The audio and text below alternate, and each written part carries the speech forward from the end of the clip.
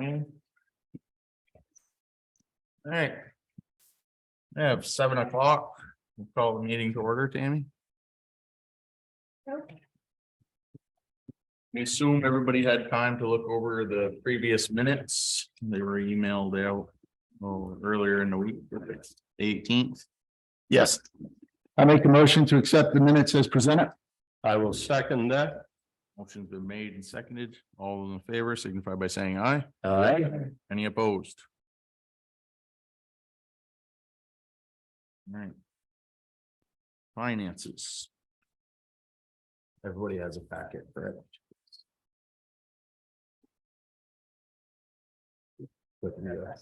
Warrants. Yeah. Yeah.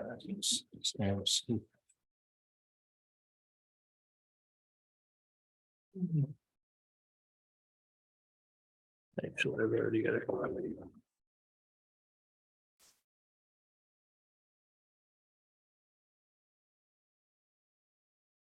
It was brought to my attention that there's quite a few things that we could probably strike from here, but this is the.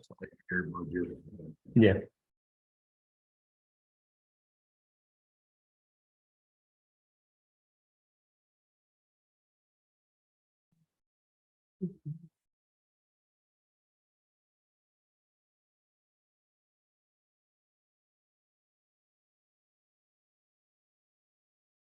Yeah, the And this is no. cannabis control board is something we don't need on there.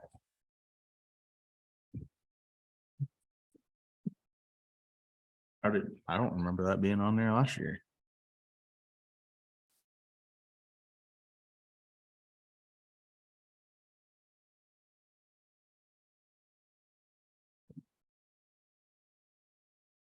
Again, this is just the budget. It's not necessarily. Yeah. The expense report. Yeah, I actually have. Somebody's watching TikToks.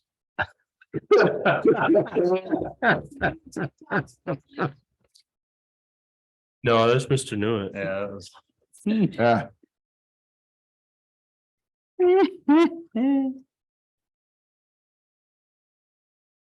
Um.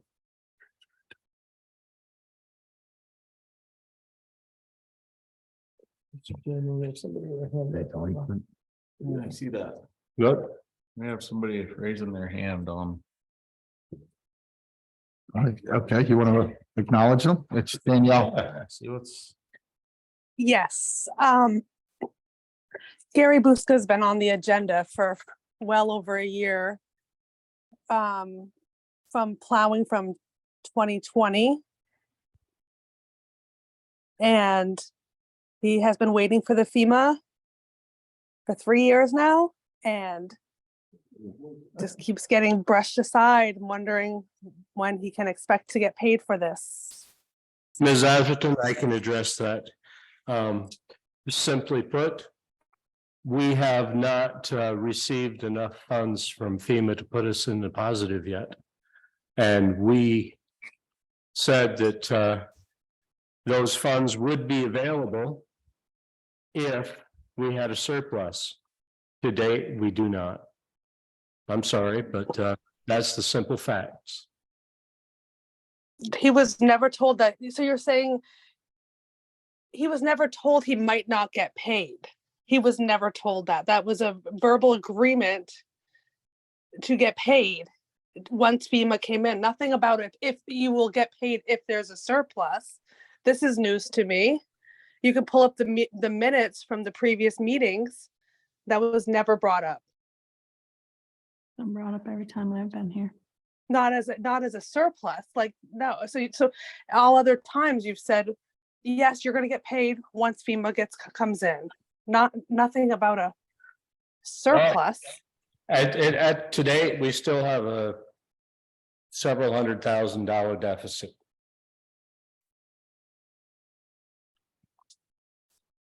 So just to her point, is we're expecting the money to come from FEMA. It's just not here yet to equal us out. We're working on it and we're Right. just as frustrated as everybody else, quite honestly.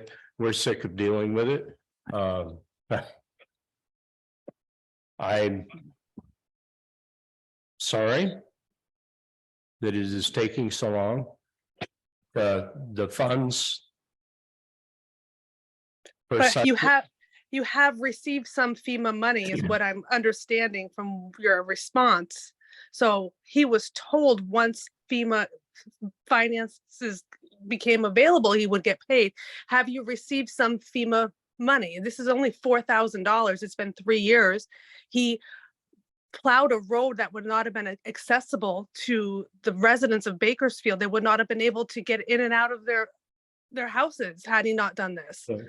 So I'm confused why now this is, It was our responsibility to pay the FEMA loan debt, which we are paying interest on first. right.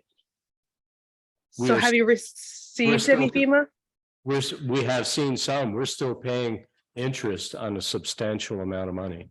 Okay, so you have received some FEMA money. If you can pull up the minutes I can pull up, give you the dates. Once we receive FEMA funds, this bill will get paid, is what I was told. That was not how it was returned. Okay, so are you So able to pull? When The we minutes? receive those funds, they are specifically already delegated to a project that we have done to So repair. when is this Thank you, project going to be delegated? What is the delegation for the next? When is your next FEMA check expected? And where is Gary on that list to get That we paid? don't know, and I'm sorry, but he's on the very end of the list. Mhm. He's on the very end of the list. Yes. And it was a very vague invoice that we received. I've never heard it's the dates, it's the amount of, it details the inches of the snowfall.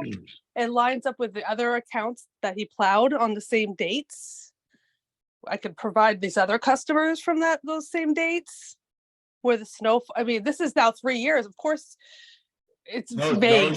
Those dates and those amounts at this time are not in question. What is in question is we are obligated to pay against the loan that we have at the bank to pay these FEMA funds. And when we receive FEMA monies, they go against that loan. 100% of them.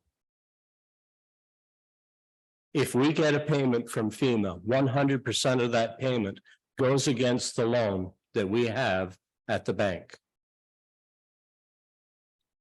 So that means to him, nothing. I'm sorry, but yes,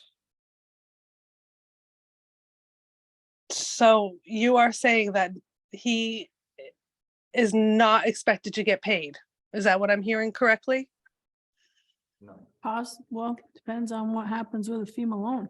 What he's saying is that Gary is at the end of the list, as we were not able to submit that to FEMA prior to everything happening with the state and the federal government.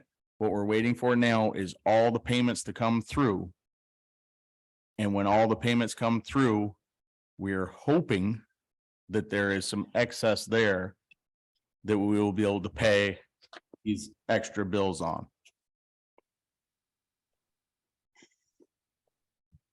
That's the way it's been Okay. explained since day one. That's, that is So- correct. Mhm. Okay, so I guess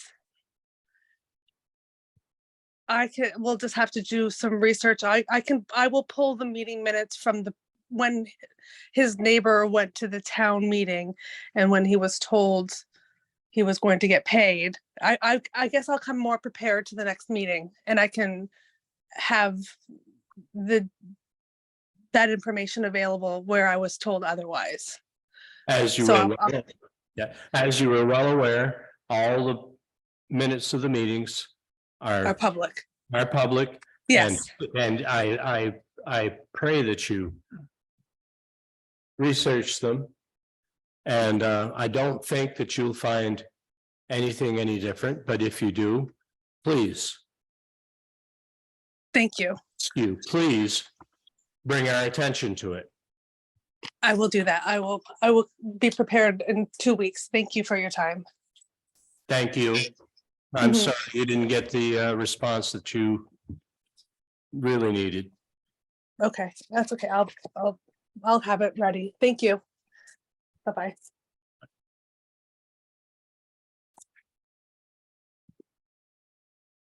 So other visitors, we have Mr. Gregoire up there today. Mr. Gregoire, I thought you were going to be here in person. Well, I've had a bad bout of COVID, Oh. first time. And I know that John is wearing a mask, and I remembered he had medical issues, and I am not gonna go near him when I'm in the middle of it. Plus, I'm not gonna go near the rest of you. I've been home, and that's We seems to be the right appreciate thing to that. do. We appreciate that. Thank you. So the law enforcement, obviously, there's things that you guys have already done, which you should. Which I know because I followed the tracks as well and, talked to the state police. You can hear me, right? Yeah, we can hear you. Go ahead. The state police, so you guys have already been in contact with them, or somebody has been from up there. Spoke to Lieutenant Parton. I know you talked to John DeSaro up in Enosburg, or somebody from Bakersfield has, which is what the state police has said to do. So I know where you are. So what is, and obviously the sheriff issue, which we've talked about several years ago as well, when Senator Parent and I came up with that's a contract issue there, which is for everybody. So, and that the state police had said, either trying to up the coverage, forget exactly what he said, but he's trying to up some patrols the best he can. Obviously, they have manpower issues like everywhere else. But that he encouraged everybody to be sure to call in anytime that there was an incident. So that's kind of where we are, right? So what is what is it we're looking to accomplish? That's Mr. Gregoire, to just an update on the police situation. There have been troopers in town 3 times in the last 2 weeks that I have seen personally. So that is much more coverage than we have seen in the last year. And I appreciate that. Lieutenant Patton said that we could use him as a resource, and he did, in fact, encourage people to call them directly so that they had a record of complaints. So thank you for that. There was actually one this evening over at the firehouse sitting there. That is correct. Yeah, I I drove saw by. it myself. and the state police, I mean, obviously we know, we wish, I mean, at least I wish, I'm sure that you guys would be on board. We all wish they had more troopers and more ability to be out and patrolling in the more rural areas. I mean, they can barely do what they're doing. So, and obviously, like we talked about before, the sheriff, that's a contract issue. And I know that, what Parton had said, Lieutenant Parton had said, what? Protection money? Right. Protection. Yeah, I just got it. Okay. Anyway, that he had encouraged to look at other towns, and that's a hard sell, right? I mean, if the other town, like I know where I am, the likelihood of them going for a sheriff's contract is probably pretty slim. And you guys seem to feel very similar. So that's semi off the table, but it's worth talking about between the towns, and maybe there's coverage, but then what does the coverage accomplish? If it's, as anybody with any of the other towns have coverage, it might tell you that, well, when the coverage happens matters, and how has it spaced out, how much it costs, so there's that. And then obviously I don't want to jump to the other issue, but I know we talked about the trails. And that's a whole other issue that we talked about years ago as well with the sheriff, where they said they would come out to do if it was contracted and stuff, but then that's going to take a heck of a lot more than one town to pay for that. And, how even with stickers and all this other stuff that it's just financially not really feasible, right? So anyways, that's kind of where we are. But what is it we want to accomplish, or that we can accomplish? Because there's a lot of stuff we want to accomplish, right? But Well, I can say that since Bakersfield shut their trail system down, we haven't had nearly as many issues. I'm not saying all the issues are gone, but we have had significantly less issues with four-wheelers. yep, So I know, well, I wish at the state level that they would look strongly into, adopting maybe the same system that New Hampshire has in place, because New Hampshire's ATV issues are almost non-existent, and almost every single one of their roads is open, but it's state mandated, state patrolled. And I mean, if you've got a state that close that's doing that good of a job, why aren't we looking at that? and that's a good one. There are some of us that have been talking about it and trying to see where we can pursue it, but the overall appetite, let's just say that point of view is in the minority around here. And so that's or shouldn't say it's around here. Maybe it's not that low in Franklin County necessarily, but throughout the state, totally. Well, is it throughout the state, or is it just not in Chittenden County? Because let's be honest. There's probably some other places. You'd be surprised even in the kingdom. There's some communities that don't forget. There's people who now I used to have a side by side. I got rid of it mostly because couldn't find people to go riding with it. There wasn't always one person in each group that basically did something stupid, and then people looked at you, But so that's why I got rid of mine. But anyway, there's a lot of people who don't like motorized vehicles out in the woods and on trails and stuff.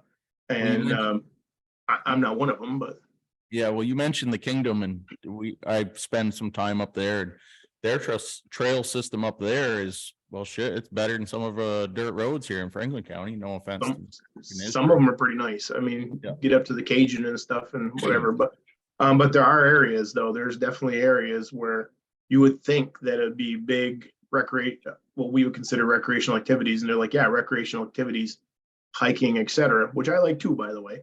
But they don't like the all terrains, and same as a lot of waterways, right? We might like boating, and there's a growing number of people, especially in the smaller ones, that are like, listen, we don't want motorized boats on our waterways. We might not agree with it, but it's a growing trend. So right or wrong.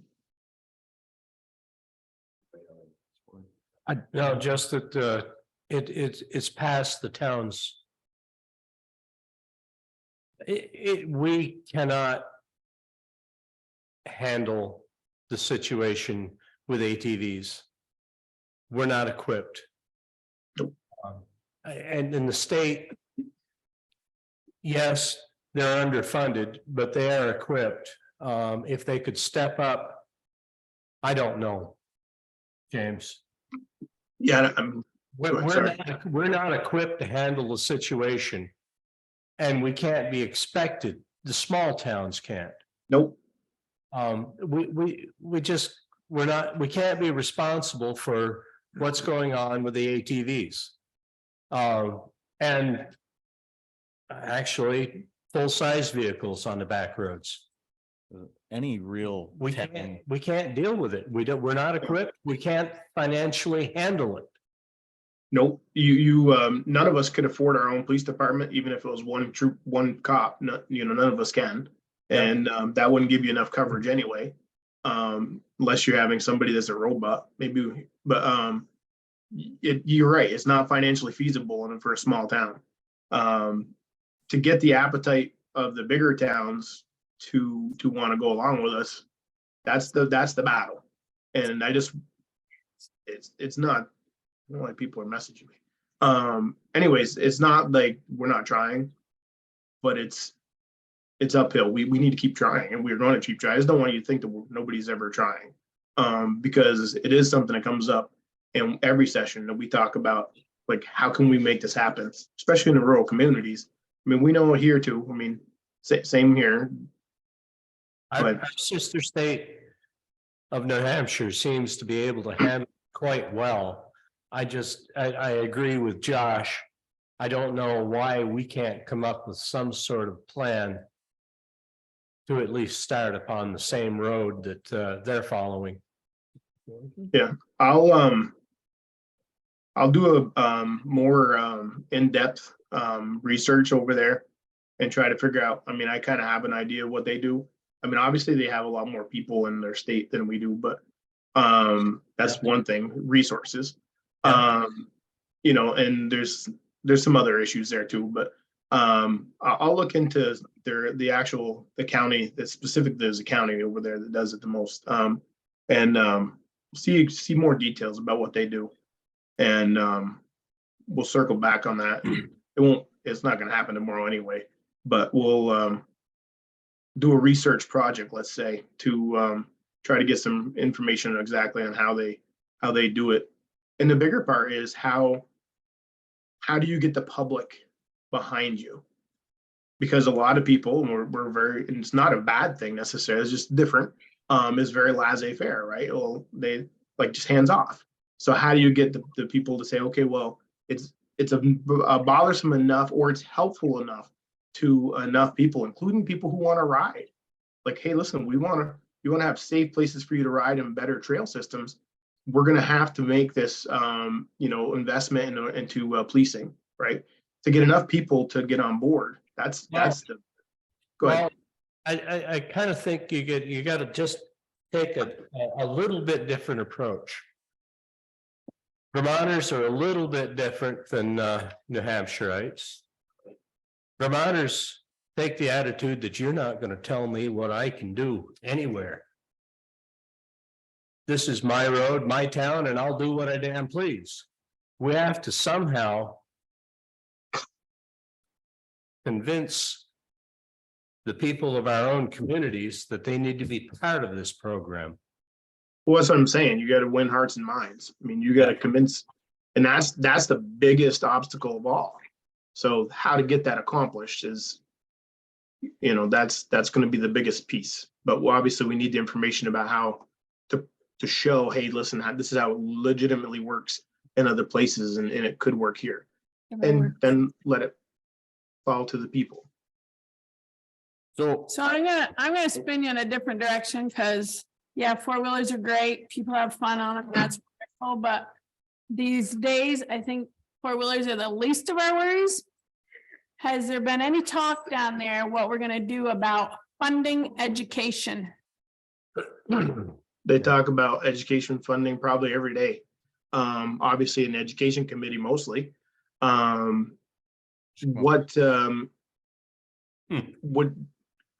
I can't tell if somebody's talking to me or to each other. It's, Where I do we mean, go? for us, Oh. we did this wonderful merge, and it has cost us a fortune. Oh, yeah. I would have much rather the state have come in and told us we need to go private, and I bet we could save ourselves a lot of money. Terry's right on that. We were guaranteed that this would cost us less. That's far from the truth. I would, It's like they now have 5 towns, so everyone throw their wish list in. I was on the school board for a long time, and we were held accountable for that budget. And you were gonna get penalized if you didn't keep it within a certain range, and now it's like free reign. If you want it, just put it on the list, because next week we'll get it for you. and that's one of the functions of government, right? The less localized it is, the less accountability there is, right? I was one of the people that was actually vocal in not supporting the mergers. A lot of good that did me. I don't think that it was the necessarily the right answer. A lot of the ways we could have saved money in education didn't need to come in the mergers, the way the mergers were done. You could have merged some administration, sure, higher up supervisory unions. They're not the most costly, but like you can get rid of them or merge them. But you can merge purchasing resources. You could have a state purchaser, right? Because the more people that buy a computer, you buy 100 computers, it's more cheaper than buying 10 computers, right? You could have done all that stuff without changing your administrative function or your administrative breakdown, whatever you want to call it, the design, which is town by town. There's many other ways they could have done this. Well, that's how it started out. They were going to merge superintendents. Mhm. Go back to what the days of when you had a north and a. And then all to once. Obviously, people that were superintendents did not want to see that happen, so they took the bull by the horns, and this is their smart plan, was the merger. There's only one way you're gonna save on any merging, and that is somebody's building has got to close. Yep. Because you're still running the same amount of teachers in each school. And sooner or later, like, how are people with fixed incomes ever going to stay in town and still own their homes if we keep letting education cost more and more and more and more, and yet kids aren't getting educated as well as they were 10 years ago? Yeah, that, and then that, of course, two issues, obviously, right? One is whether or not we feel that the quality is there. And then, of course, the tangible, the provable, which is that the cost has skyrocketed. And it continues to go up as numbers decline. Decline a lot, not even a little. And you're right. If you're not, and I'm not advocating one way or another, but if you don't, you're right. If you don't shut buildings, if you don't consolidate locations, consolidate and reduce the things you're spending money on, you will never reduce the amount of money you're spending. Whether or not that's good or bad from I don't want to say moral because it's not religious, from a different standpoint, educational standpoint, that's a different story. I probably would agree that it's a good idea in many ways. And there's some bad parts, right? But but they're different issues, though, is the point. But this costs a lot of money to educate a child. And what always bothers me about education, and I think you guys know this, 3 of my degrees are in education, 2 of them graduate degrees in education. So I know a little bit about education, just pretend I don't. So the studies show that the amount of money you spend on education does not have an cause and effect relationship with the outcomes. It doesn't. It's like having a graduate degree as an educator. It doesn't make you a better educator. Now, I have 2 graduate degrees. It can, if you get a degree and you as an individual learned like how better to organize yourself, etc. And it's in your field. But there's a lot of graduate degrees, for example. You might teach history and get a or driver's ed. This is an actual example. You're teach driver's ed and you get a master's degree in business. Well, how did that help you become a better driver's ed teacher?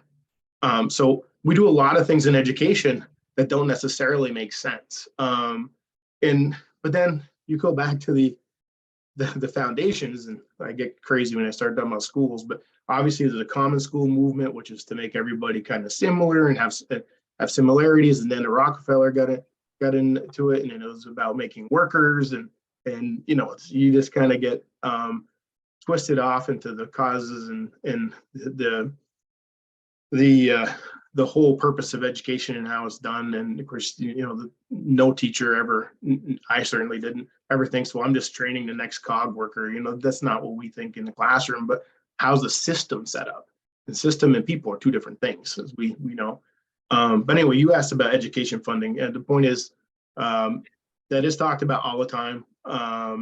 Whether or not there's agreement on how to reduce costs without also reducing quality, or better yet, reduce costs while increasing quality, those are where the disagreements come in, right? So does anyone ever go back to the drawing board and say, you know what, we made a mistake here, this is not working? One representative who just got done, like she just retired this last session, pushed that very hard. She was very vocal and was very well respected, but still couldn't get traction on that. That was something that was a big, and that's not going to happen without a major sea change in thought, because it's definitely it's not nowhere near prevalent of a thought. Let's put it that way. I think the point is, James, that, or the question is, as a community, how do we put back the vote to our town to see if they still want to be a part of this supervisory union? I couldn't hear you, John. I think the point is, how as a town do we put this back out to vote to our town members to see if they still want to be a part of the supervisory union or break Bakersfield back out onto itself? It's That I can check. That I can check on because I know that there are other towns that have done it. Yeah. Whether or not, Yeah, I'm sorry. I was gonna say, I'm not exactly sure how that happened, but I know people would ask, and I can find that out. Okay. I don't think that it would be in a case where you'd be allowed to stand alone after, but who knows? I'll find the right person to ask, and we'll go from there. I not to turn off education, what's important, but I was just showing the fellow select folks, I received something in the mail about, and I know that you're on the representative side, but Senate Bill 5 regarding the Affordable Heat Act. Yeah. Have any knowledge on that? Well, I do have knowledge on it, but the general gist of it is depends on who you ask, but most people outside of a certain circle in Montpelier would tell you that it's going to make things a lot more expensive with very little, if any, positive results. And that should be the key right there, is the positive results. And I don't know, like, I didn't come prepared to talk about this, but the general gist, like, of what's this, like carbon offsets, for example, what you think about this, if you, I might use the wrong language and then get skewered for it, but trying to do it with my rudimentary off the top of my head knowledge. If I'm putting off carbon, right, and then you are going to sequester the carbon for me. Again, I'm using the wrong language, cool, but we all know what I'm talking about.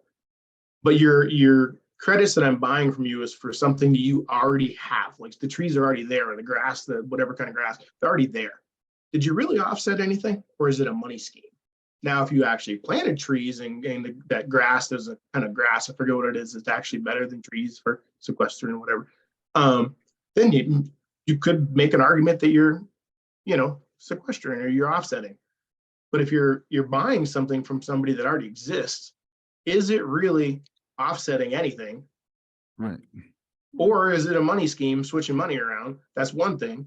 And the second is really isn't the answer if we believe that carbon is a problem, which I think it's not healthy, then isn't the answer just to reduce emissions, period, instead of playing with schemes and money stuff that even the senators who voted for this said it's too complicated for them to understand? Well, I think the thing is this, forcing folks off of fossil fuels is a great long-term goal. But Long term. when you look at, was it Sweden or Switzerland who started the push for EV? When you look at them and they can't even, they have brownouts in their own country and they can't keep things going because the power that they're generating is not enough to charge all this electric as well as push all these electric devices. My thing is, and we're seeing in California, they're browning out left and right and they're having problems telling people, we're sorry, you're not going to power it this time. They can't keep up with it because our grid can't handle it. Yeah, we definitely, The infrastructure is not large enough to handle this. Correct. In the United States, let alone Vermont, the infrastructure is in place to do it. well, the infrastructure is not there, and not that it won't ever be. And you're right. And I think this is where the argument gets broken down, right? Where we get skewered is people think, or certain people would say that we don't want this to happen at some point. Like, no, we just want it to happen at a more logical, sustainable rate, understanding that the infrastructure is not there yet. Right. Can it be? Yeah, but we got a lot of work to do. The electricity certainly cannot keep up with it. If everybody went electric tomorrow, which is obviously an impossibility, I think it was like 380 million electric cars or something. If that it was a switch, I forget the exact number, instead of combustion engines, it would still only decrease our greenhouse gases by like 10%, something like that. So it's not even, it's such a horrible trade-off.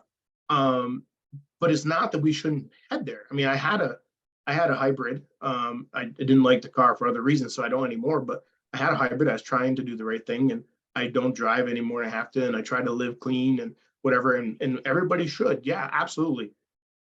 But in this conversation, we shouldn't be vilifying people on either side and not being able to have a conversation. And unfortunately, this is one of those conversations where far too many people have begun vilifying other people if they don't toe their line, whichever side, by the way. I mean, it gets so emotional, and it should not be an emotional issue. It should be a scientific issue. I have no problem upgrading to natural gas as soon as Vermont delivers it to my home. There's none up here, so since you're going to force everyone off of fossil fuels, it's going to be electric or it's going to be natural gas. So I just want to know when the state plans to run the natural gas lines through Bakersfield and up the side of the mountain and deliver it to my house so I can have it. Yeah, that's not going to happen. Natural gas, to be honest. Yeah. You know, and yeah, it's not going to happen. And we don't have the wind, and of course, wind doesn't necessarily sustain itself without government. But anyway, they expect all the residents of Vermont. They hope that everyone's going to switch over and take on the expense to add or change the way they heat their homes. And let's get realistic. This isn't Florida. You need heat. well, yeah, and the heat pumps don't work at the lower temperatures. Now they're very good at, and we used to have one. And the modern ones are very good above like 20 degrees or whatever it is. I forget what exactly it is. Very good. But you have to be able to afford it. And as people often say, that if you can't afford what you're already paying, well, there's no extra money. Like there's many times, like I'm not rich. I can't afford to like go out and buy another source. So I'm barely paying for the fuel that I have. I can't. And then people are way poorer than I am. They can't afford this, and they might have subsidies and whatever, but we couldn't subsidize it all. That's one thing. Not that we shouldn't go to be cleaner. But the other part that I know people were getting really mad about was the idea that wood wasn't on the list. You know, like that they're worried that they wouldn't be able to use wood, it wouldn't count. I don't know what it said about that. I just have had people say something to me about it. I have to go and read the bill. It's, you know, just going through the Senate now. The details of it, and I know the gist of it, but I just, whatever it is, and I'm like this with every bill, there's always a lot of nuance. It's never the title, right? It's always a lot of nuance, and a lot of people don't want you to get into the nuance. And if you don't agree with one part of the nuance, that might be the biggest part, but you agree with 80%. So like, you know, but that 20% is really bad. Then they get really mad at you. It's understandable. Everybody's got a different point of view, but you got to look at the whole thing holistically. And I think overall, especially for rural Vermont, it's not going to be the way it's configured unless things change. I think it will be costly, could be costly. And we're often told that it's not the case, but then in 2 years, everything we warn about in Montpelier, I know for a fact, everything we warn about is unintended consequences usually comes true. And we say, well, we told you, take your time, take your time. And that's kind of our role in saying, hey, listen, we're not telling you no. We're saying, let's have a more honest debate, bringing in more people from opposing points of view instead of just one. So, but we'll see how that bill turns out. What's their plan for getting people back in the workforce and off the assistance? Is there From what?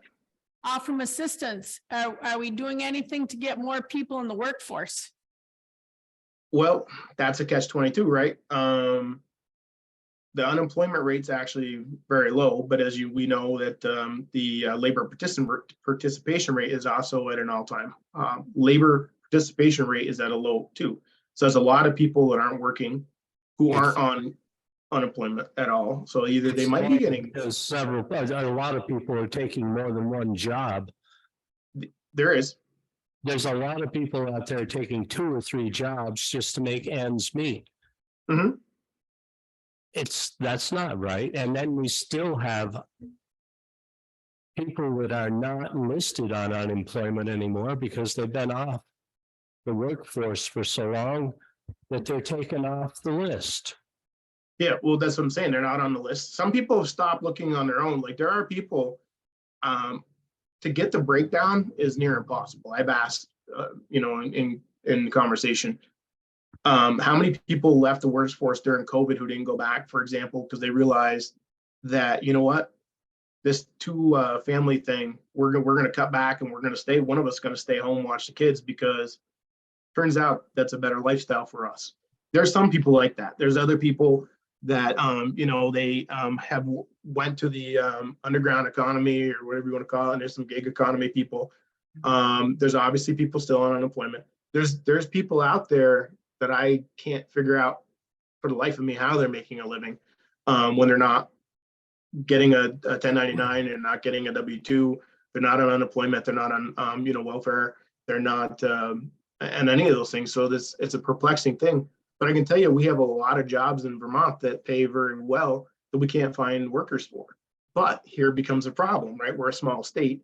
And so some of the jobs are in fields that we don't have people who are not necessarily qualified for. So in many cases that could be, but also aren't interested in, right? And we don't have the workforce to do them. But then as Lance pointed out, and I'm one of them, I had 3 jobs. I couldn't pay my bills on one.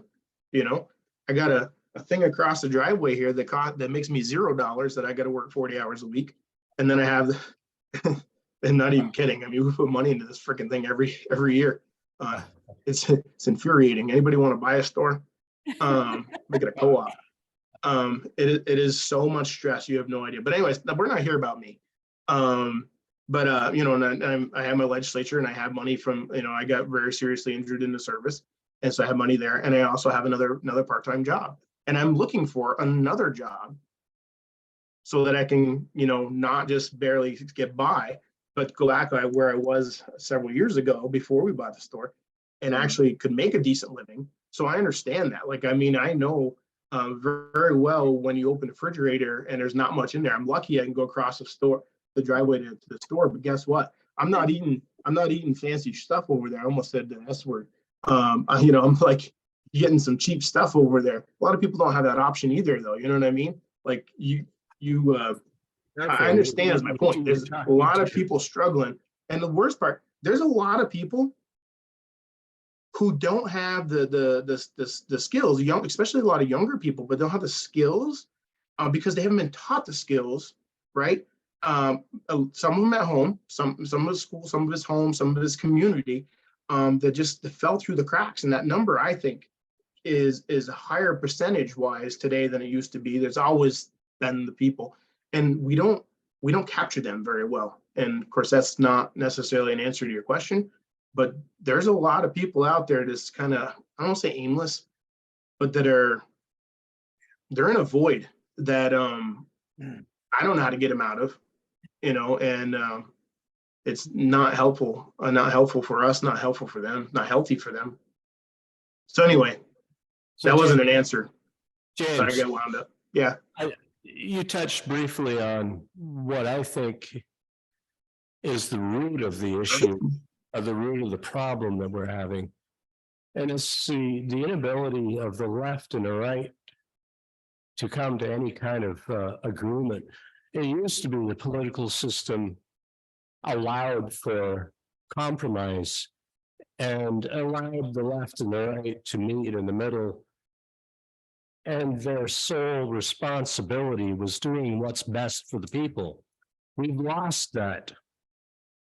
The left only wants what the left wants, and the right only wants what the right wants, and they can't agree with the other side of the aisle until death do us apart. And you have to follow the political line. I know I've heard other politicians speak of following the political line, or they'll be censured by their party. What happened somewhere along the line where we can't have this compromise? We can't have this discussion. What happened to our politicians, our elected officials, the people we elected to office to represent us, the people that we trust to do what's best for us? Why aren't they doing that anymore? I would say, well, first of all, most of us, I don't know who's not from here, but most of us are a certain age. So we remember back in the 80s, the legislature, the House was Democrat. What party was the Speaker of the House? Republican. Yeah. That could never happen today. Never happen. And I'm not either way, by the way. That's just those days. And it's remember that politics is at our level, because I always like to separate things. And if we're in a legislature in like New York or California, I think they're in a different level. And I've been in national conventions. The way they are is way different than Vermont. So I put them closer to the way Congress acts. In Vermont, we act a little bit different. But I will tell you that the majority party, and this is not a slam on them, actually, it's in some ways is to their credit. They walk in unison, let's say very well. What was that, John? They walk in step in unison. You're right. Yes, in step. I was in the unison. And on the Republican side, we don't. And that's to our detriment. There's, now there's 38 of us, and you get like 72 different opinions, and we like almost never stick together. So that's a detriment too. We never stick together. But we're always trying to reach around. We got maybe two, maybe I don't even think three, but maybe 2 or 3 on our side. It's like, nah, I don't really want to work with these people that much. But there's far more on the other side. But there's a lot of people who do want to work with each other, and I work with them all the time. Some of my closest friends are Democrats, and some of the people I can't stand the most are Republicans. So that's the way it goes. But there's not, and that this is how it goes. But there's a lot of people that even that are very sweet and nice people, not the ones you see like the vitriol on CNN, not CNN, but like some CNN, Fox, whatever. But like the people you see on the streets that are screaming and stuff and acting like crazy people. Not everybody who is so close-minded acts like that, right? They might even be like nice and kind. It's like, well, hey, we had a great conversation, but you got to agree with me, right? Like, no, I don't. And then they're like, I don't understand why you don't agree with me. It's okay not to agree.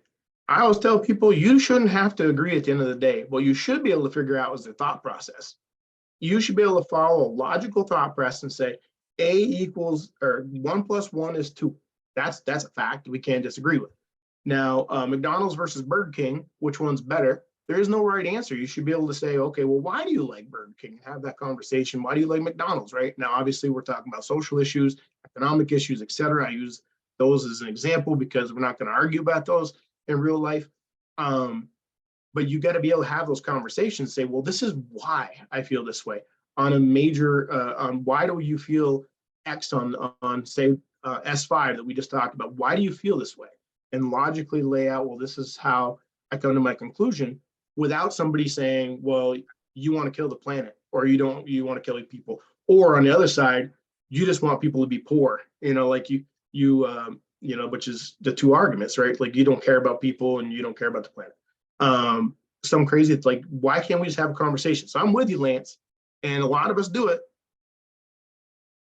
But there's an awful lot of people, especially on the Washington level and in the activist world on both sides, that get a little too vitriolic. Like I say, I don't think it's because everybody's bad. There's some people I think that are evil, but there's just people who so ardently believe in their positions, and that's a danger right there. So ardently believe in their positions that they cannot allow themselves to see the other point of view. And I was raised, I'm funny, everything you do should be through the scientific method. And the scientific method, what do? You try to disprove your hypothesis.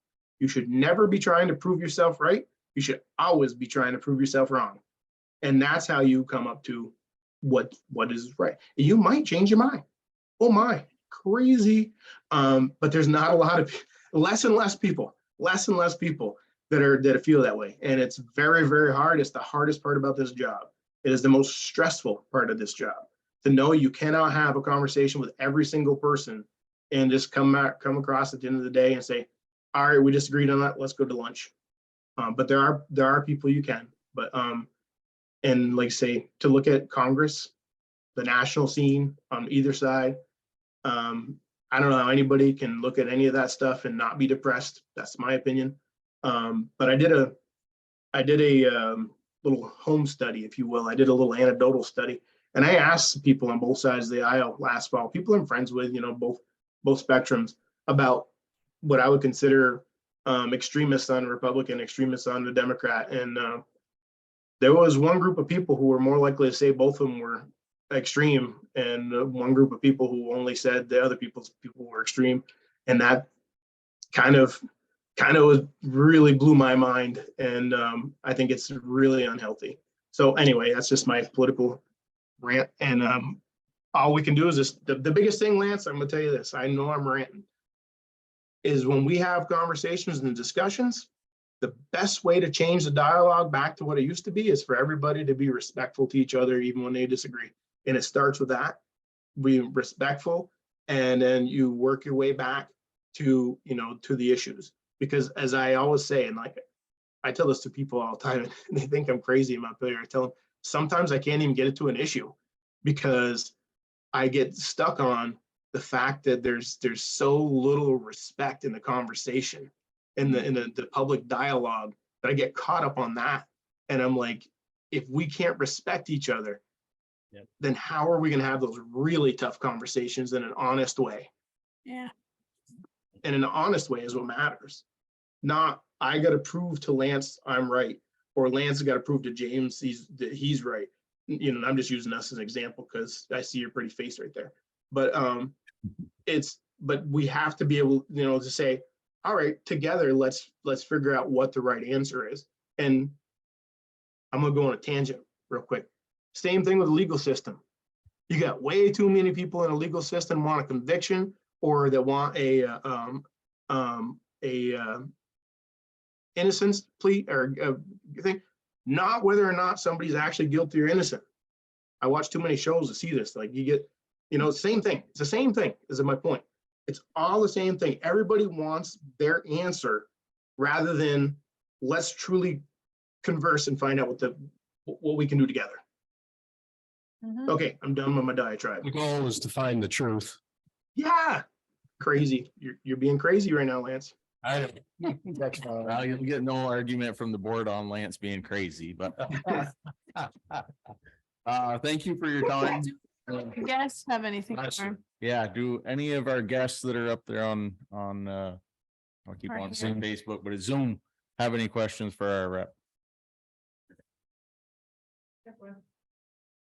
Tammy's got one over here. Hang on up there. I was just wondering, like, I look in the town clerk's office, and I was wondering if you got any feedback from the blanket general, well, the elections where everybody gets mailed their ballot without. I choice. can't. You're breaking up. Um, She's breaking up. She's breaking up. I couldn't hear her. Turn that one. No, can you hear me now? Yep. Okay, so it's too close. Okay, so I was wondering if you had any feedback from town clerks about the blanket mailing of the elections. When we have an election here, we have so many people that get their ballots in the mail, throw them in the garbage, come here, fill out an affidavit. We have a stack of affidavits at every election. We're just thinking about the ton of money, all the ballots that never make it anywhere that we've stashed out in the drawers because the addresses aren't correct and you can't find an address. And people just don't want it. They want to come here, they want to vote. And it's just a ton of money and a ton of extra work. Tammy, that's how Biden got elected. Oh. You know, I'm just talking about the economic Yeah, part. to just the answer, the factual part, yes, I have heard from town clerks. And I would say that your opinion on the challenges is something that that I hear quite a bit. And I can understand. It definitely is an issue.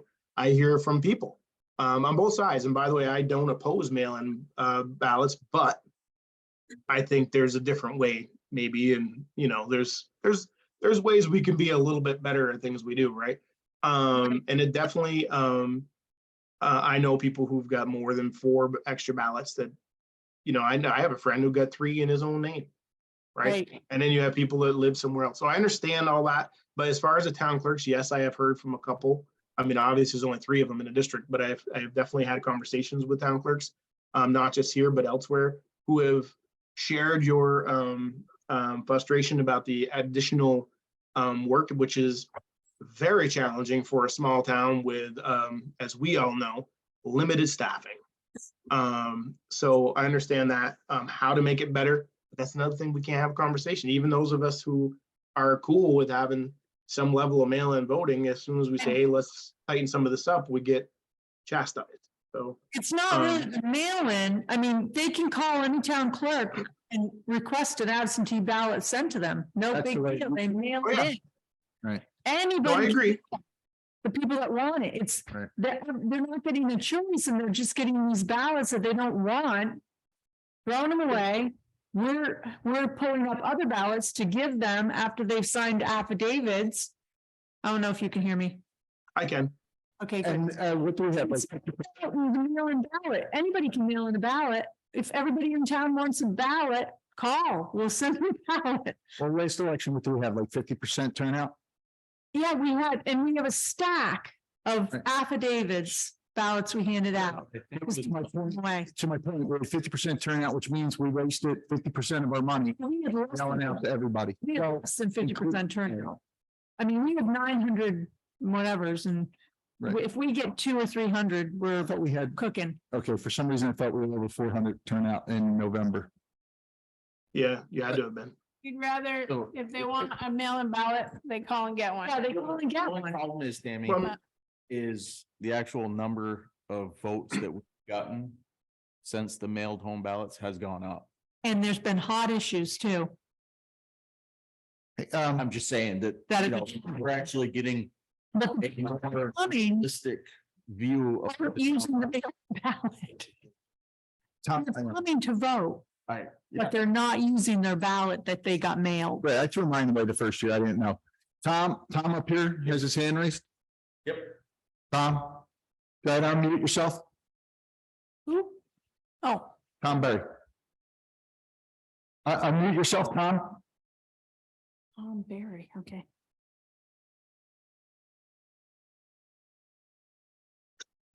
Excuse me.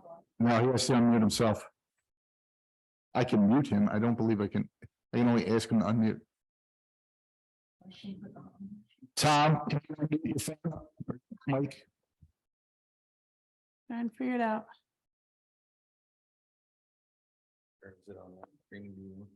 Yeah. Should be on a lower taskbar. If you have any problem with that, you can type your question into the chat function and we can ask it for you. Oh, I think he I think it froze. goes up.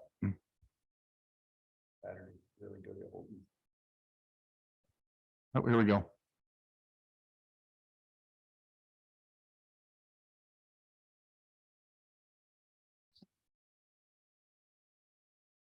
Technology is a wonderful thing when it works right. Hmm. Ask him to type it in the chat box, see if you Yeah, can it's- send the chat to him Oh, I could. directly from you. Yeah, let me. I don't have the keyboard with me. I got it. Hang on.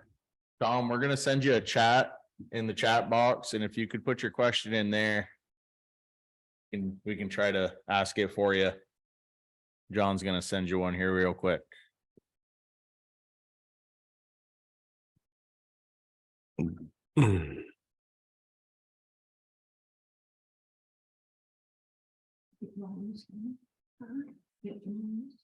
No, I'm gonna have to listen to a lot of this. People are talking fast and lightning.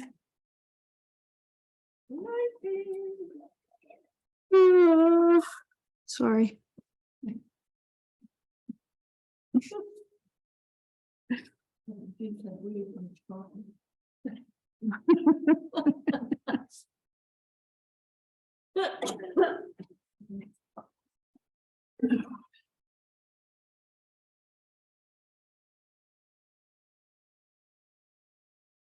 Did he send something? Probably had the ability to unmute people. Eric, can you hear me now? There we go. Okay. you was talking about the power grid with the electric cars and stuff, but I just moved to Bakersfield, Tom Berry. I lived in Hyde Park, and now I'm in Bakersfield, and I was curious. Every time there's a storm, my mother's lived there, and I moved in to take care of her. She's 86 years old. Every time there's a storm, they lose power. I mean, is there anything that the state can do to help? I've never seen power as bad as it is in Bakersfield. I mean, we just lost power for 6 days a couple months ago. Thank God my mom bought one of them whole house generators, so we didn't miss a beat. But I feel sorry for the rest of the people who were out for 5 days. And I mean, it happens 3 or 4 times a year. Is there anything the state can do to help out? I mean, bury the main power line so wind doesn't affect it. Who's your power Um, company? I tell you the truth, I don't know. She's in Bakersfield on 108 South. No. Green Mountain hasn't gone out much. No, Green Mountain usually, I used to be on Vermont Electric, and Green Mountain Green Mountain doesn't go out anywhere near as much, but they're larger and they have, I don't know the exact logistics, but they bring in extra crews a lot quicker, and I think they have more money, but, so their downs, they don't stay down as long, but, the short answer, Tom, is, the state does work, there's regulatory agencies that work with that. But as far as like getting it on faster, not really. They're going through and they're trying to upgrade the infrastructure. I mean, everybody is, right? But as far as limiting them right off, no. Like, Yeah, no we had to buy a generator because, well, like I said, she's 86 years old. We had a generator. She had to go out and she couldn't start it anymore with full start. She's old, but it's like 3 or 4 times a year she would lose power for days. And, it just seems like the infrastructure should be a little better than that. I've lived in, different places in Vermont. I've lived here all my life. And I've never seen it as bad as it is in where she lives. Yeah, I can only speak anecdotally, but there's a swath, including into the northern part of our town, that I would put into that category of high outage comparatively. And I don't think the electric company is not just like twiddling their thumbs, but I think they're working on it. And yeah, like I said, the state has a regulatory oversight. So it's just a matter of time, and it's not helpful. I mean, since we're our younger ages, obviously they cut a lot more trees, so which is perplexing, right? And seems like more trees cleared away from the lines, but lose more. I don't know the details. I'm not an electrical guy, but it does seem like it's a lot. And I don't remember losing this much power even when I was on Vermont Electric 10 years ago, for 15 years. We lost it a couple times, but nothing compared to what even where I used to live loses it now in the last several. So I'd love to be able to give you a nice answer like that, but the answer, like as far as whether it's going to go away tomorrow and the state can make them or anything, no. They obviously regulate and say, listen, you got to do your business, but they're not intentionally letting it fall apart. It just needs to catch up. Like a lot of stuff. I'm not sure what electric company she is. I live right across from the Newitz sugar house. And you drive by 108, you can kind of see the roof over the top of the guardrails. It's a little just down over the hill, but yeah. Yeah, Vermont Electric Co-op. Yeah. Like I say, and it's no slam against them at all, but they do here. I don't know about anywhere else. Here in our little area, they definitely lose power for longer periods of time than Green Mountain. I don't know the specifics. I don't. Sorry. Well, that's why she went and spent $20,000 to get that generator put in, and 500-gallon propane tank to cover it. If we didn't miss a beat, we wouldn't even know the power went out if the clocks weren't flashing 12 and we heard the dull roar from out back. But Yeah. Mr. Barry, I've lived here all my life, and the only thing I can say is that it's better than it used to be. In fairness, Okay, Lance, well, when you were a I'll- youngster, they just barely put in power. Yeah, oh, ouch. No, I'm just kidding. But like, was it, I think Fairfield, the last people got power in like 49 or something. I mean, so it's not like, I mean, it seems like a long time ago, even to the oldest people in the room, but, electricity in our area is, you're not even that old. I'm saying it's 1949 seems like it's not that long ago, but that's when the last, like this last of this area, somewhere in that vicinity is when they get power. So it's not even like that long ago that we didn't even have power. Now, none of us saw that, but my point is it's still going. It's all emerging.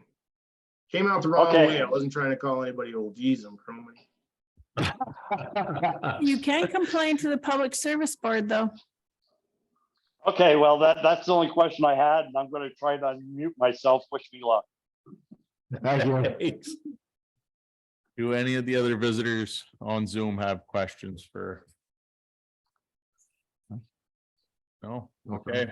Thank you, James. Thank you very much for coming, Mr. Gregoire. James, you have a good evening. Thank you very much for your visit tonight. Hope you feel better. What John say? Hope you feel better. Thank you, John. And You're thank you, everyone. Enjoy the night. You too. You too. Enjoy. All right, so we do have Linda, are you just a spectator or you have? I'm waiting to hear our written cat. Okay, we'll get there. And I see Rosalie's online. Do you have a question or comment or just spectating today, Rosalie? Spectating. Excellent. That means we're through the visitor section. Mac, step up for roads.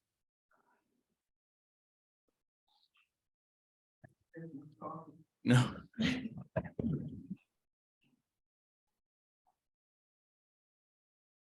They were froze, they were mud, now they're froze again? Yeah. Turn it on. Do we fix the holes at the bottom of Boston Post and King? I almost lost my car there a couple nights ago. Blacktop, Yeah, that's a state issue, but that's what I wondered. Who takes care of that? well, they don't, but they should. It's like every year they fill it and it gets knocked back out. They're patching it and it's not We really. fill it, but and Yeah. rare occasion they will fill it, but we've been told, you know, where you can see where the apron stops. Yep. just Yeah, a ways up, that's where we were told our right of way is, you know what I mean? They actually have a right of way. They don't seem to do much to it. Speed bumps, yeah. it was a speed bump, all right. It pushes you into the other lane to avoid it. is what it Yeah, does. now Yeah. we have to go through Chris Brigham's by the Sugar House and back. Your house. There you go. Yeah, because the problem is you're turning off of 108 and the speed is 50, Yeah, right? So you can't bring it to a stop with cars behind you and you got to go head on to the point. yeah, we don't. You can do it if you do it enough, you learn. Well, it's pretty good. still 50 on Boston Post too. Yeah. Any others on the road? I mean, it's not like we're doing a whole heck of a lot of maintenance right now. They're frozen, so. Just They smoothed up a little with theme the. us back up to the road fix again, that's all. They're not too bad. I There's ran some spots. There's the some, other day, there's it some wasn't good too spots. bad. No. Oh, really? Oh, yeah, No, not. Yeah, they're not, they're just rough. no sap truck or logging operation issues. Everything worked out there. So I know far. That was one of the things we talked about at the last meeting. So far, it's going. Yeah. I mean, this should stuffen them up pretty good. Yep. I mean, it'll obviously, Were they coming off, not Waterville? Cole Hollow, did they come this way or did they go the other way? most of the time they're coming this way because I think what it is, I don't think they have a full load, so they'll stop and Okay, go yeah, yeah. top off. I mean, Yeah. That makes sense if you can haul one full load rather than three partials. Yeah, yeah. yeah. And then, It's expensive. Price of gas, yes. Yeah. You had a question, Although Joe? when- well, it's more of a thing for Mac. We need to reconfigure the room for next Tuesday. I'm not available except for Friday or Monday. I'll help. Just give me a day and I'll, I just. It's at a Friday. usually Kathy just gets a hold of us and the boys come up with me. I mean, depends upon what the weather is, but it shouldn't. You're gonna leave this over here? No, We don't know how it's gonna be No. laid out at the moment. we're gonna get rid of these tables, shove it up that way, put them in the traditional manner. You were gonna talk about whether or not you were gonna zoom it.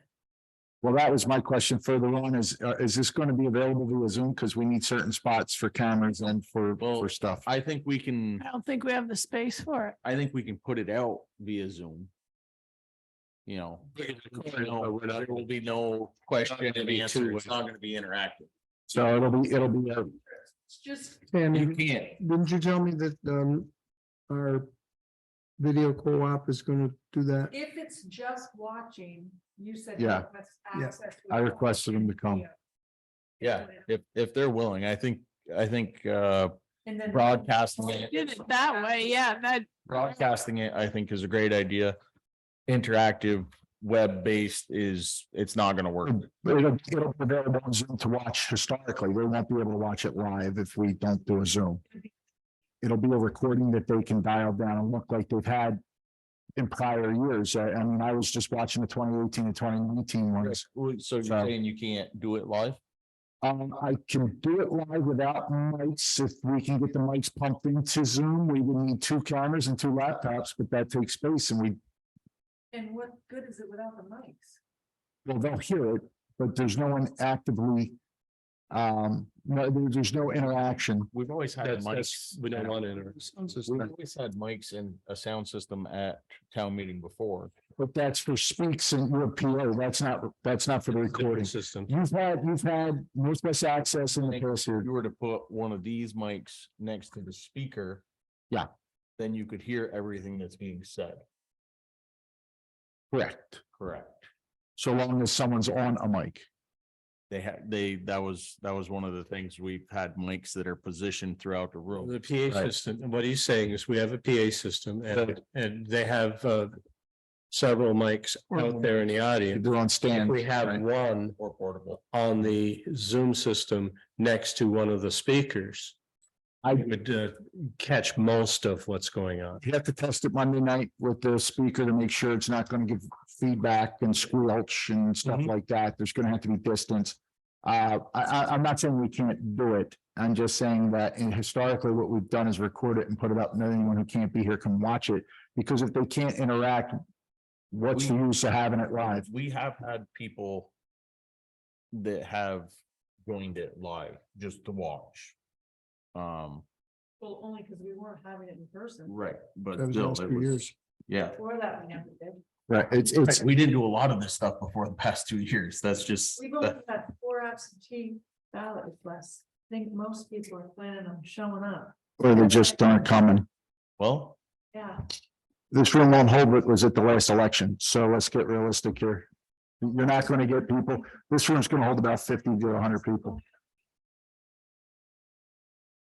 don't get nervous, people. We've been doing this for years I here. was gonna say this. You're not gonna have as many people as you think. We just figured, we were just looking before, Personally, before everybody got here, what we 1791?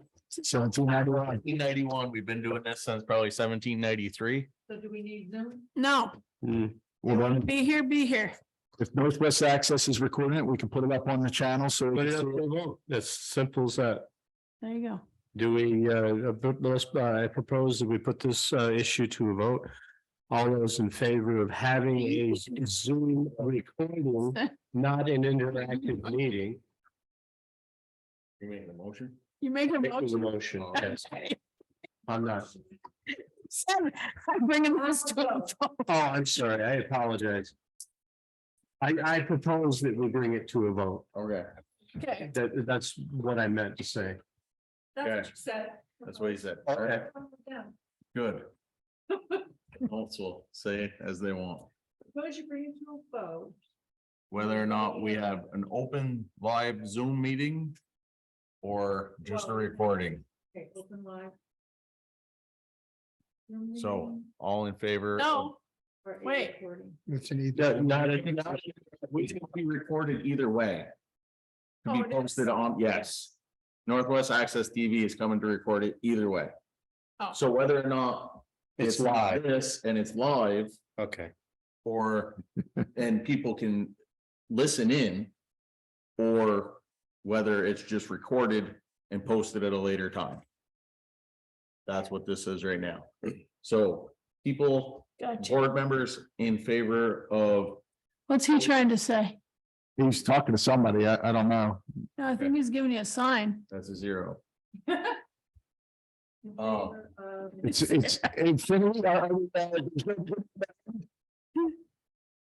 Okay. I don't know if you guys can hear me with my mask on. Board members in favor of televising live via Zoom during town meeting signify by saying aye. Yeah. Board members in favor of, board members in favor of recording and posting after town meeting signify by saying aye. Aye. Okay, there we go. How many was that? All, Yes. Okay. I didn't say I, but I. All this equipment can be gone. Yep, we can move it. Two and- I don't know if you're moving it. Well, what about the landing of the stairs? that's a terrible. These tables, right? No, so this, So Be there for the select board members. up front, because it was over here in 2018. you're gonna be a moderator, so you're not gonna be here. That's right. We don't need a spot for you. I Yeah, mean, do you have the blueprint? I mean, rather than try to explain this to it, just show us a picture. Somebody has already thought this out, drawn it out. Okay, really? Is that how that works? It's just the traditional way. No, she's gotta sit in right there. You used to be sitting. No, they were sitting there. We've always sat over Right there. Which doesn't bother me. I don't care. And John, who's part of the board, will be behind you. I don't like that. Two. One was wrong,